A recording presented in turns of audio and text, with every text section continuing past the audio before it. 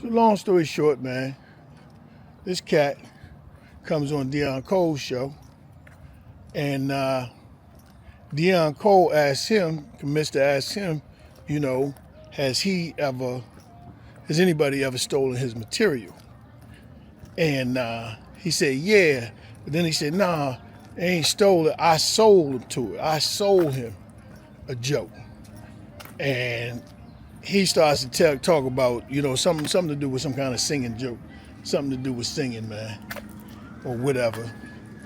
And what he would do is wait until jokers wanna, you know, he would do this little singing joke and wait till somebody came back and you know, come back and say something to him or whatever the case may be, and then he would joan on him and whatever. Even in the description, it didn't even sound like it was funny.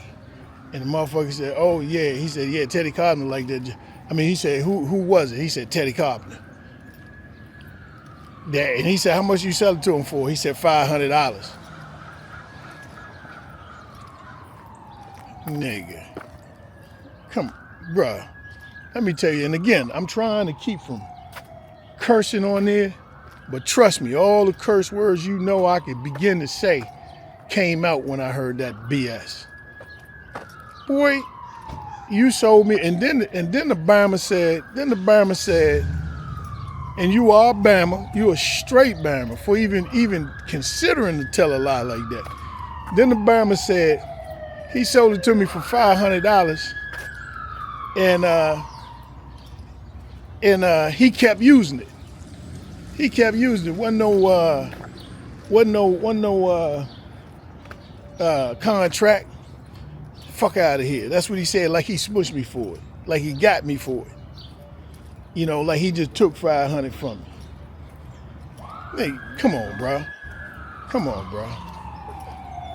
First of all, listen to the joke he told. Listen to the joke he even talking about.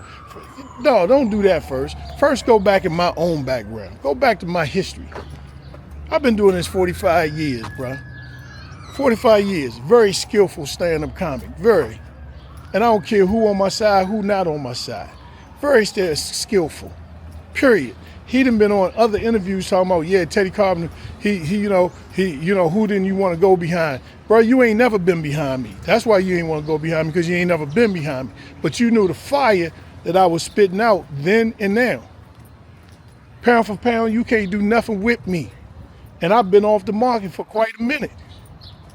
You've been riding Dave Chappelle coattail forever, bruh. Pound for pound, you can't do nothing with me, and you know it. But let's go back to the bullshit lie that you told. You came on that man's podcast and told that man in his face that I bought a joke from you for $500. And I'm here to call Cap and everything else that's new out there. This nigga straight line to y'all. I understand that you got to figure out how to make shit funny and whatever. But nigga, don't ever involve me. I'm an 800-pound gorilla, period. And because you standing beside Dave, that don't mean shit to me. I love Dave. Dave is a good guy. He should get all the accolades he deserves. But your bitch ass, you wouldn't have made it nowhere if Dave hadn't drug your raggedy ass through. You told that man I called you. I ain't never talked to you but one time in my lifetime on a telephone, ever. On a telephone. And that's the time that Dave left. See, I got time today. This is the thing. I got time today, so I'm going through it, but I ain't rushing. That's the day, you know, when I was going to New York, back in the day, you either had to go to LA or New York. That's why a lot of cats from here moved to New York. Tony Woods, Jay Phillips, a couple other dudes moved to New York from DC. I didn't do that. I stayed true. I wanted to stay a father and whatever the case may be, and that's what I did. So y'all moved out there, and bruh, you moved out there, and you was some straight ass for the longest, and you know it. Dave Chappelle, he moved out there, he from DC, you know it, you was some ass. Out Teddy's House of Comedy, which is a comedy club that I own, I was letting you get on stage, bruh. And I wouldn't even watch y'all motherfuckers because I knew and stand up, you have to go up a certain amount of times and get some time under your belt before you can even make some noise. And you telling me during that time, I told you a newbie, a new nigga who trying to learn comedy, I was gonna give you $500 for a joke when nobody would even give you $500 for your whole set? And the skills, and understand the skills that I have. Understand the skills and stuff. They don't say nothing about legend for no reason. They don't say, oh, the legend. They know what it is. Only reason my name is not big like other people, I got blacklisted. That's what it was. It had nothing to do with the skill. It had nothing to do with what you could do. None of that stuff. None of me. I'm talking about me. But you come on talking about I paid $500 to you to buy one of your bitch ass, sorry ass jokes. That's a singing joke. Ain't nobody in this world heard me tell a singing joke. Over 45 years of stand-up. But I bought a joke from Donnell Rawlings. Donnell Rawlings.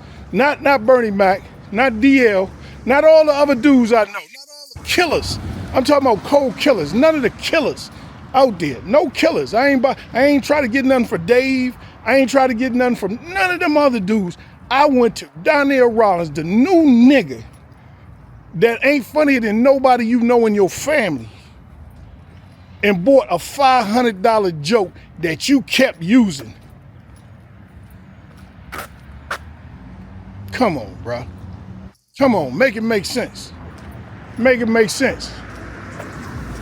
And for 30 days, I'm sitting there thinking, because you know, the bad part about telling a lie like that, the bad part about it, this dude coming on telling a lie that I bought a joke from his sorry ass, is there's a large amount of people that follow him because they follow Dave Chappelle. And everybody know he ain't nothing but little Dave's little lackey, little side friend. And Dave got you paid. Dave got you paid. You winning. You getting a little bit of white pussy. You know, I shouldn't have said the word, but whatever it is, you getting a little white poo-tang. You winning. And you gonna try to pull up the ladder and spit down as if people don't actually know their history? Bruh, look at your background. Look at your background, your skill set alone. You made it because Dave drug you through, bruh.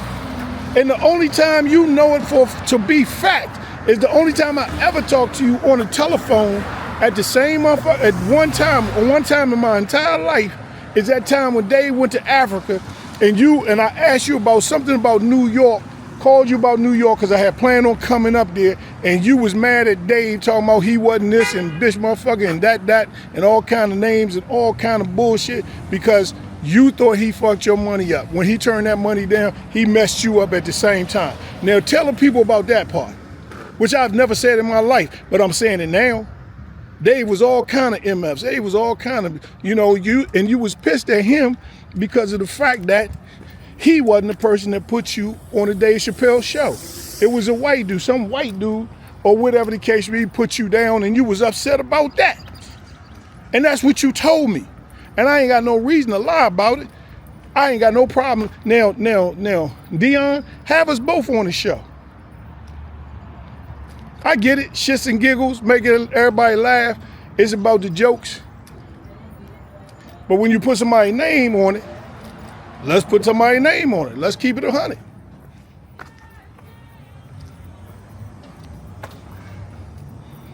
You got a lot with you, bro, that you BSing about. And you lied to them people, or whatever the case may be. You straight lied to them people. Me buy a joke from you, I'm ordering me some chicken wings. I'm actually at the Chinese restaurant now. Hey man, 6 wings and rice, extra mumbo sauce on the side. Now you sit there and told that story about Capone. I don't know the deal about Capone or not, but my understanding, Capone straightened your ass out too. Yeah, that's my understanding. And for real, if you want to go back, the joke you even tell about coming to an Asian restaurant or whatever the case be, or ordering, whatever it was, I'm gonna tell you who you got that from. Yo, man. Me. See, your memory bad, bro. Your memory bad. I used to tell a joke, and I can go back in the archives. I'll find it because I got 30 days to troll you. So every day I'm gonna put something up with your name on it, just so you come back and you have to respond. You're gonna see it somewhere along the line. I'm gonna call people. I'm gonna see if they got your telephone number, because I don't have your number. I'm gonna call people, I'm gonna talk to them, see if they got your number, see who can give me that number, whatever the case would be, just so I can get you to come out and speak live when we in front of each other. That's what I want to do. I want you to speak live, so we're in front of each other, so we know what the real deal is. Champ, that's a phone? Nah, it's a little recording device. Oh, sorry. Oh, it's all good, man. Nah, I'm in here. You know, I decided not to do it on my phone. I'm in here. You know Dave Chappelle? Absolutely. Yeah, you know Donnell Rawlings? Yeah, you know what I'm talking about? Absolutely. Well, my name Teddy Carpenter. How you doing? I do stand-up comedy back in the day, and I've been doing it for a while. Your face do look familiar. You look like you got a little grade on from yeah, I'm older.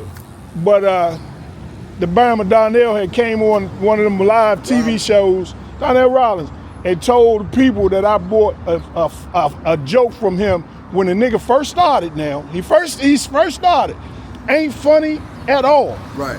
I bought a joke from him for $500, and then he smushed me for the joke. Let me tell you what he did. He said, turned around. He said he bought the joke from me, but I kept using it. Wasn't no contract. Sucker ass nigga, get out of here. Like he smushed me for the joke. Wow. And I gotta now address this Bama. Like, come on, bro. Okay, I got. You're giving it to him. Man, listen, man. Let me tell you. Steve I did the same shit. Man, let me tell you this. Let me tell you this. Familiar though, bro. Yeah, let me tell you this. It's in comedy, you every comic that come out, you think you want to be Richard Pryor, you think you want whatever. Right. But until you learn the game, you start being you. Now, people do buy jokes and all of that stuff, but the one thing I've been doing it 45 years, I still do it. The one thing, I ain't never did is bought a joke from nobody. Right, you write the recursion. Now, what I'm able to do is I can come to you and say, hey, man, help me work this material out. Help me do this, help me do that, blah, blah, blah. Collaborate, do all of that stuff. But to come on TV, and the bad part about it is, like yourself, you still trying to remember me. You still trying. No, it's all good. I ain't got no problem with that. But what'll happen is you may see a person like you may see the podcast, and then remember Teddy Carpenter, and then remember, oh, that's what Ashley Larry said about my man, or whatever the case be, not knowing the nigga been lying from start. You feel me? So I gotta address this Bama, because it's some Bama shit. If you that's big time Bama shit. It's more than big time. This is official government Bama shit. That's what it is. That's what it is. So what I'm gonna do with this Bama, I'm gonna make him address me. I'm gonna make him. I don't know all that much about the internet, but I'm gonna troll this nigga every day for 30 days. Like every day I'm gonna call you out. It's almost like back in the day, motherfucker knock on your door every day wanting to fight you. I'm gonna knock on his door every day and tell this Bama come out and tell these jokers the truth.